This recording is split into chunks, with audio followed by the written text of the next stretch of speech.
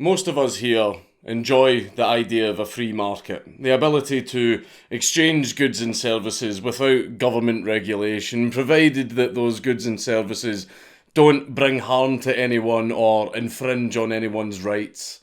But as we all know, whenever we try to do anything without regulation, well, the government doesn't like that very much. I'm about to say a few words that are going to get this video buried in the algorithm. Ross Ulbricht, better known by his online pseudonym, Dread Pirate Roberts.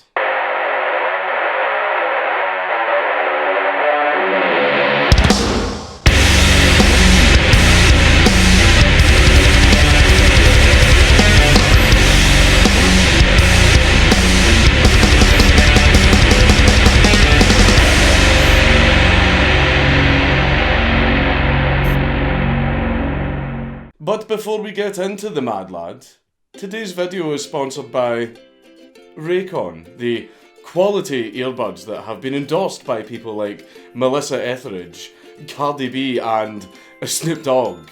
They are very compact, very comfortable and fit very well, even in my big stupid ears. Completely wireless, no cords, no wires, therefore there is no risk of you choking yourself. Unless you put them in your mouth. Don't put them in your mouth. I wear mine when I am out running errands or while I'm at the gym. Yes, I do go to the gym, shut up. They start at about half the price of other premium wireless earbuds on the market. They have top quality audio and this model, the E25, has 6 hours of playtime, seamless Bluetooth pairing and comes in a variety of colours. So if you would like 15% off your order, then go to buyraycon.com/Dankula. That is buyraycon.com/Dankula. So if you want your own pair of Raycons, if you click my link down below, you will get 15% off your order. So please, click the link. I recommend that you do. I actually do use these, they're very good. Ross Ulbricht was born in Austin, Texas on the 27th of March, 1984. While growing up, he had a very normal, very standard American upbringing. He attended school in Austin, Texas, and he was also in the Boy Scouts, and he managed to reach the rank of Eagle Scout. One thing about Ross Ulbricht is he was very well educated. He attended the University of Texas, where he achieved a bachelor's degree in physics, and then he went on to Pennsylvania State University, where he studied a master's degree in material science and engineering, and he was also studying crystallography. It was during his education that Ross Ulbricht first became very interested in libertarian economic theory, and this was primarily driven by his love for political philosopher Ludwig von Mises. Ulbricht would very often take part in university debates arguing in favour of libertarian economics, the ability to be able to trade goods and services without government regulation.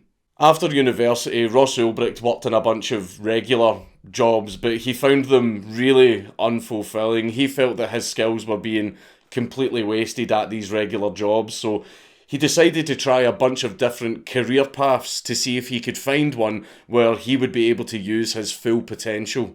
He tried his hand at day trading, he tried to open a video game development studio, and he tried to open up an online used bookseller, but sadly all of these ideas fell through.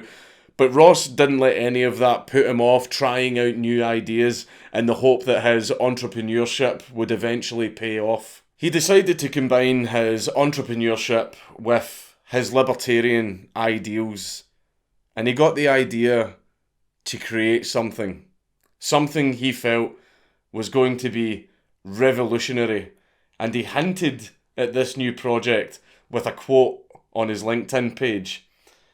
"I am creating an economic simulation to give people a first-hand experience of what it would be like to live in a world without the systemic use of force."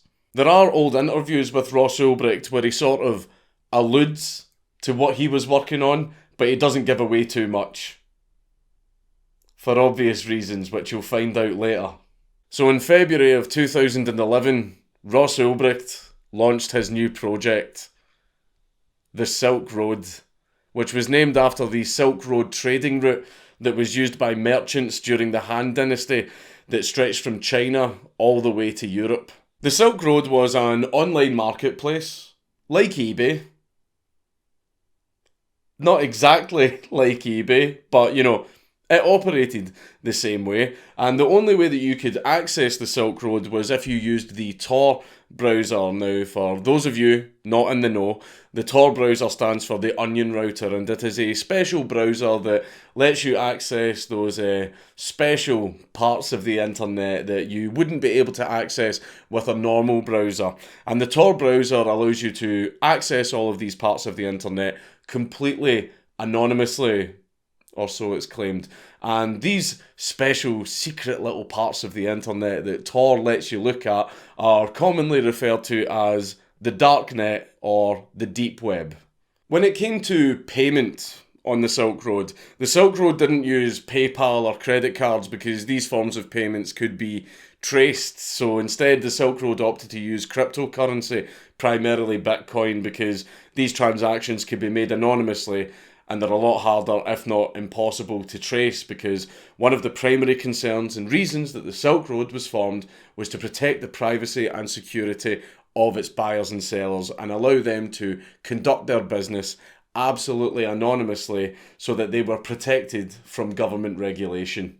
The Silk Road started off pretty small, with only a limited number of seller accounts, and if you wanted one of these accounts, you had to bid on them, like an auction.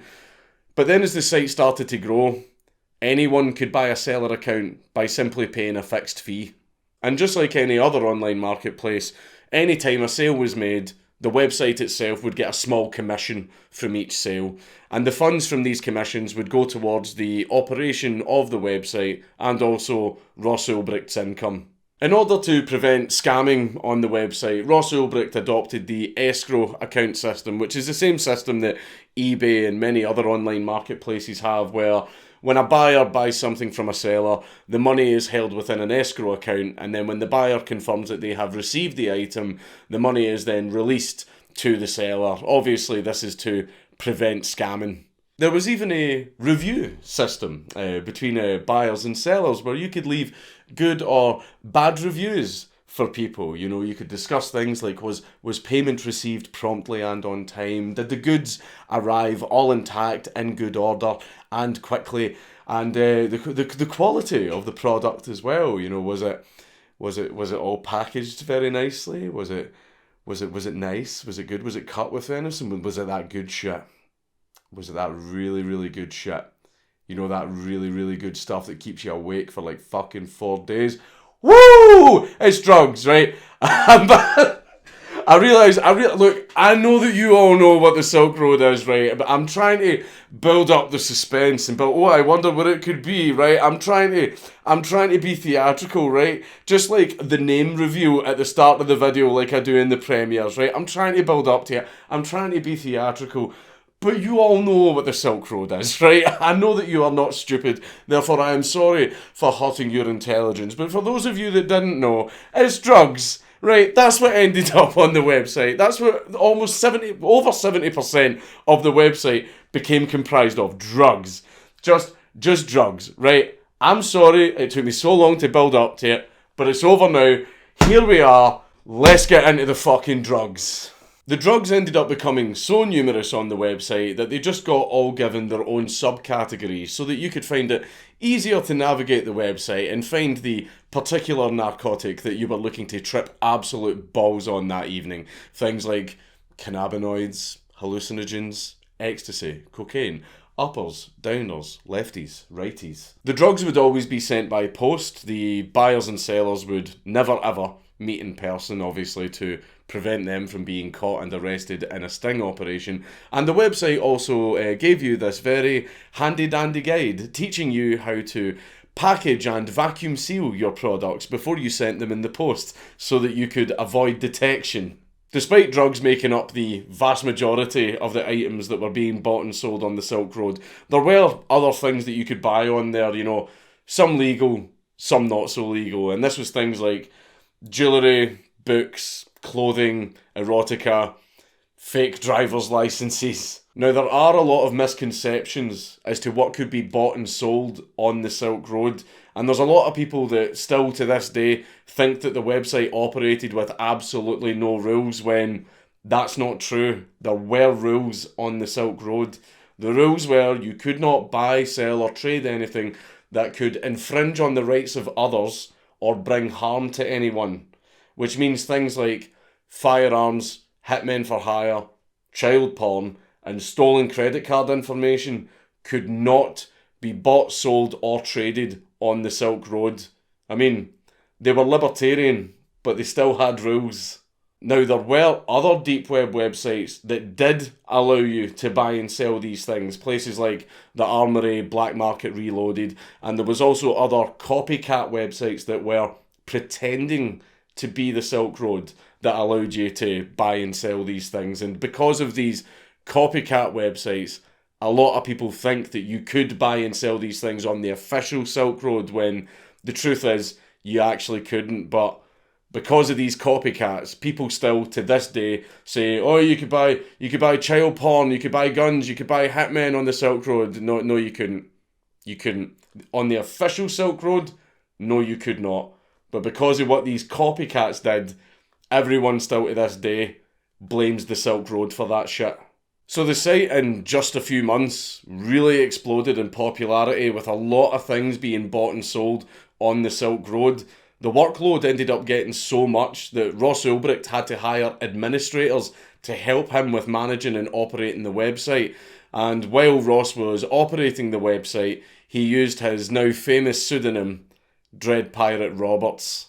The money was pouring in, and more people were flocking to the Silk Road to use its services. And then in 2011, Gawker published an article talking about the Silk Road and discussing its nefarious and seedy practices and the type of things that you could buy on there.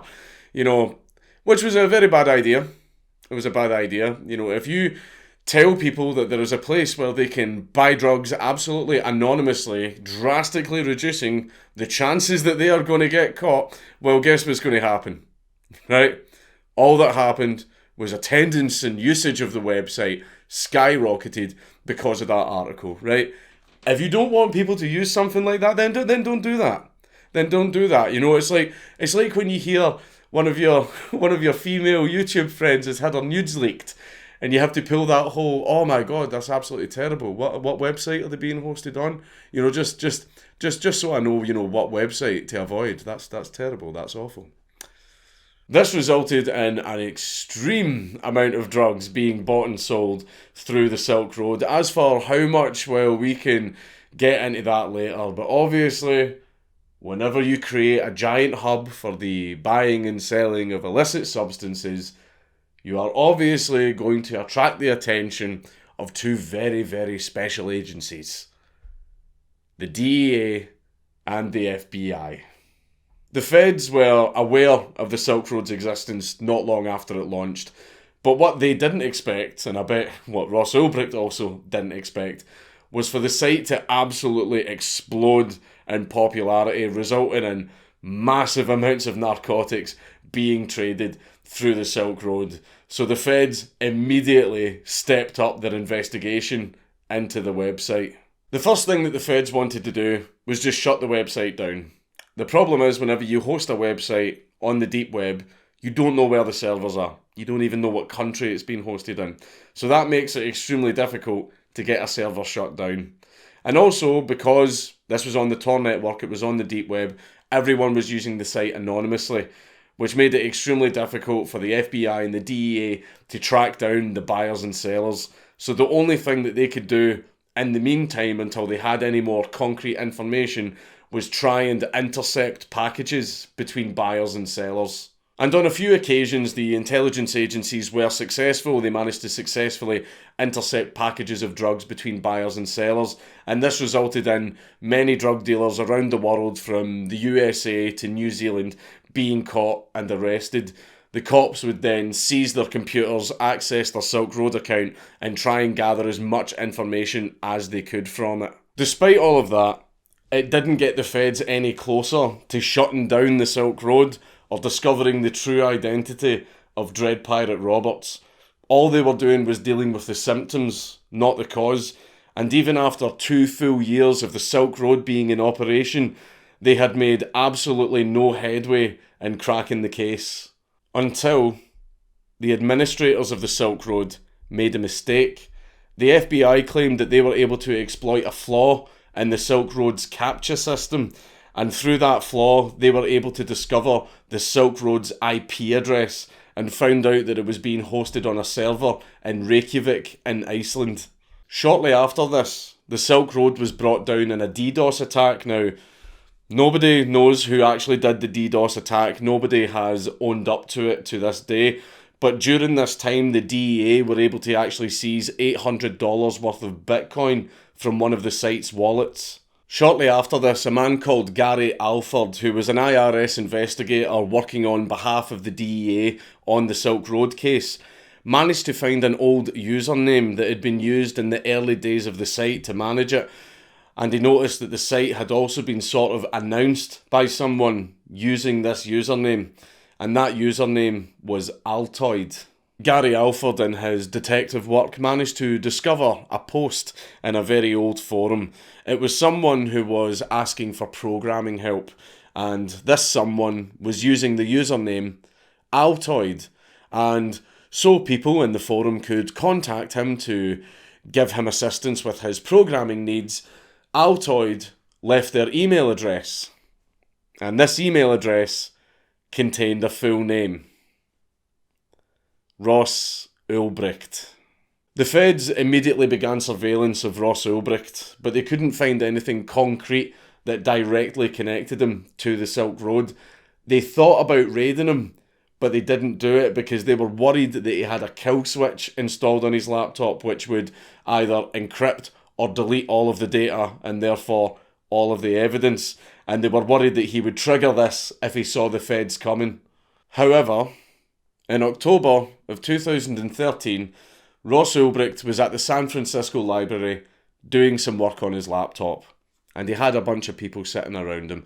And just adjacent to him, there was a young couple sitting who were having a little bit of a domestic dispute. A domestic dispute that seemed to be quickly escalating and actually getting pretty severe. And Ross, wanting to be a good Samaritan, wanted to go over and diffuse the situation before things got too heated. So Ross got up, walked away from his laptop to go over to this couple to make sure that everything was okay. What Ulbricht didn't know is that everyone sitting around him was an undercover agent. Even the young couple who put on that little display to distract Ross and lure him away from his laptop. As soon as Ross walked away from his laptop, the agent sitting next to him immediately grabbed it and passed it to another agent who inserted a USB into it that ran a program copying key files to it. Key files that contained evidence suggesting that Ross Ulbricht was Dread Pirate Roberts. Boom. They had him. Ross Ulbricht was arrested and taken to jail. And now the feds had full access to the Silk Road website, so they could now properly, fully investigate it and see just how deep this rabbit hole went. And oh, it went deep. Firstly, the feds seized all of the bitcoins that were being held in the escrow wallets of the website for transactions that were in progress. And in total, the bitcoins seized just from this seizure at the time were valued at $3.6 million. Then the feds seized all of the bitcoins that were held in Ross Ulbricht's personal wallet. These were his personal profits that he had made from the website. And at the time, these bitcoins were valued in total at $28.5 million. The feds then started pouring through all of the data that they could access on the website. Buyer accounts, seller accounts, wallets, transactions, absolutely everything. Just so they could see exactly how much narcotics had been traded through the Silk Road. The feds knew that the Silk Road had become a big deal. They just didn't know truly how big the Silk Road had become. And they gathered all of the data that they could from the website and compiled it into a report created by the FBI detailing all of the totals of certain things throughout the website's entire operation. And just to make sure I get these figures right, I'm going to read them here from this list. Now, just so you know, these are the totals from the just 2 years that the website was in operation. Total number of seller accounts, 3,877. Total number of buyer accounts, 146,946. The buyer accounts were located all over the world, but around a third of them were from the United States. Total number of transactions completed on the website, 1,229,465. The total revenue generated from all sales, 9,519,664 Bitcoins.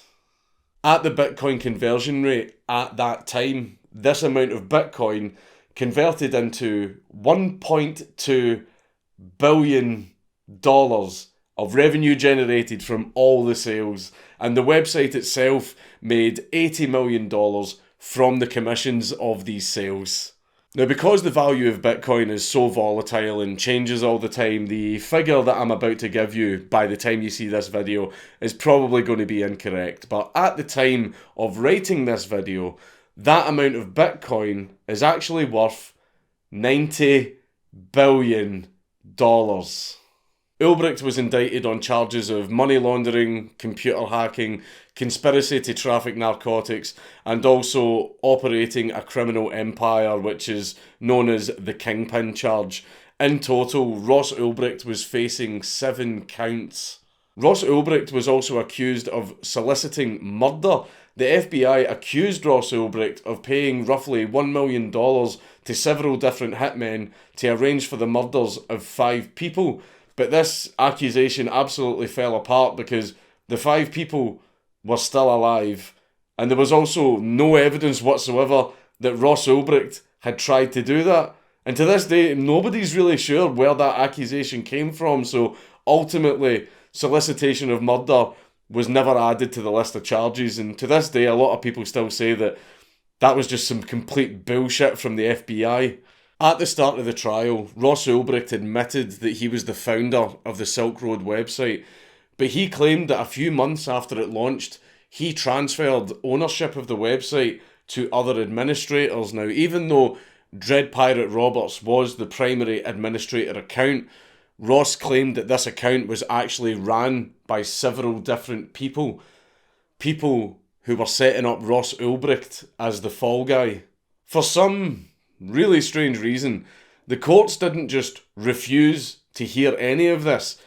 They also banned any mention of any of the names of the other people allegedly operating the Silk Road through the Dread Pirate Roberts admin account. And the court even says that any mention of the names of these people would be stricken from the record. Now, I'm not sure what that was, but that kind of gets the noggin jogging a little. During the trial itself, the judge was getting death threats, and also someone managed to fully dox her and actually posted her social security number and her full home address on the Hidden Wiki, which is sort of a deep web hub site. I don't want to go too much into it, but other funny things that came out of the trial was some FBI, DEA, and even Secret Service agents actually got in a lot of trouble. It seems that during the investigation, some of them had been in contact with Ulbricht and offered to give him information, insider info on the investigation that was going on in exchange for money. So Ross Ulbricht paid them in Bitcoin, and these agents instead just kept the money. This ended up resulting in a bunch of agents being investigated, arrested, and found guilty. Some just lost their jobs. Some went to prison.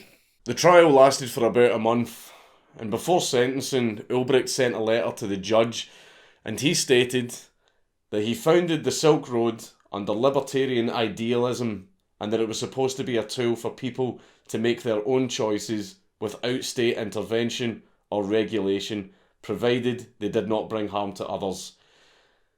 He admitted, though, that creating the Silk Road was a mistake that had ruined his life.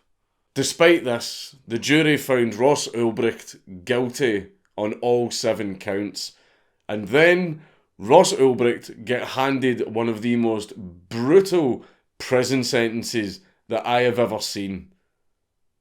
Double life plus 40 years without the possibility of parole. I mean, there are child murderers that don't even get that. Like, that is probably, like, apart from, you know, the literal death sentence, like, that is one of the most brutal sentences I've, like, that's a serial killer sentence.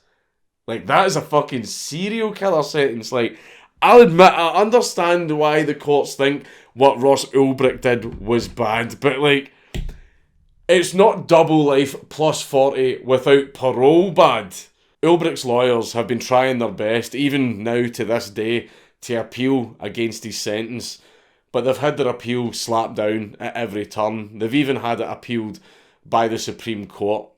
Even though they're trying their hardest, they just can't get any of the higher courts to take their appeal seriously. Can relate. Well, I say can relate. Like, I mean, I get an £800 fine. You know, I have a fucking cheek to talk.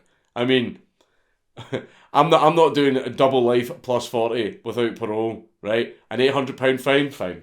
Okay, you know what? Fine, I'll take it. People have also tried to do petitions to Donald Trump to get him to grant clemency to Ross Ulbricht, but all of these attempts have failed. So, unless someone high up does something, Ross Ulbricht is going to die in jail. In the aftermath of that, a lot of copycat websites did pop up on the deep web, places like the New Silk Road or Silk Road 2.0, but these obviously had nothing at all to do with Ross Ulbricht. All of these websites eventually failed, either through getting shut down by the FBI, lack of funds, or in some instances were actually scams, with the owners of the websites just stealing all of the money that was in the escrow accounts. There are still marketplaces like this out there on the deep web, but none of them have ever achieved the type of glory that the Silk Road was able to achieve. Now, do you want to know what I think? Of course you do. You like being mad, don't you? The war on drugs was lost decades ago. The war on drugs has been an absolute failure. We have intelligence agencies with billion-dollar budgets dedicated specifically to fighting against this type of thing, and yet it still happens. You cut off the head of the Hydra and 6 grow back. It doesn't work. Okay? You've tried, you've poured money into it, you've got millions of people in prison, and yet it still happens. You know, drugs, it's like prostitution. There are just some things that are always going to be around. Now, there is an argument to be made in favour of the Silk Road, as the narcotics trade is something that, whether you like it or not, is always going to happen. The Silk Road offered a non-violent alternative for such a thing to take place. Everybody's heard the horror stories of a drug deal gone wrong or someone getting murdered over a drug debt.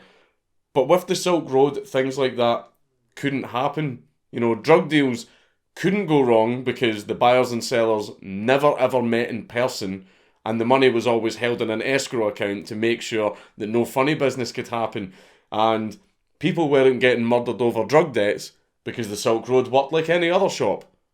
No money, no product. And even if for some reason someone on the website did want to harm you, they would have absolutely no idea who you are because it was done completely anonymously. So I know there are going to be a lot of disagreements about this, but in that aspect, there is a little bit of an argument to be made in favour of the Silk Road.